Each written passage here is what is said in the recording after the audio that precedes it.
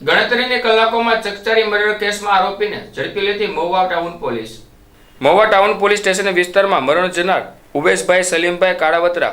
રહે મહુવાવાળાનાઓને આરોપી દ્વારા માથાના ભાગે ગંભીર ઇજાઓ કરી મરણ જનારની લાશને દોરી વડે બાંધી દઈ અવારું કૂવામાં નાખી દઈ મહુવા શહેરમાં ચકચાર મચવનાર ઘટના ઘટેલ. જે બનાવ સંદર્ભે મહુવા ટાઉન પોલીસ દ્વારા ગણતરીના કલાકોમાં જ બનાવવાળી જગ્યાએ આસપાસના સીસીટીવી કેમેરા ચકાસીને આરોપી ઈસમ હસનભાઈ શબીરભાઈ સલાટ ઉંમર વર્ષ 30 રહે નૂર સોસાયટી મહુવાવાળાને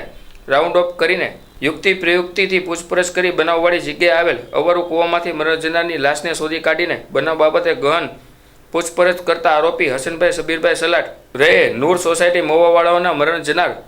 ઉવેશ સલીમભાઈ કાળાવતરા રહે મહુવાવાળાના માતા સાથે આડા સંબંધો હોય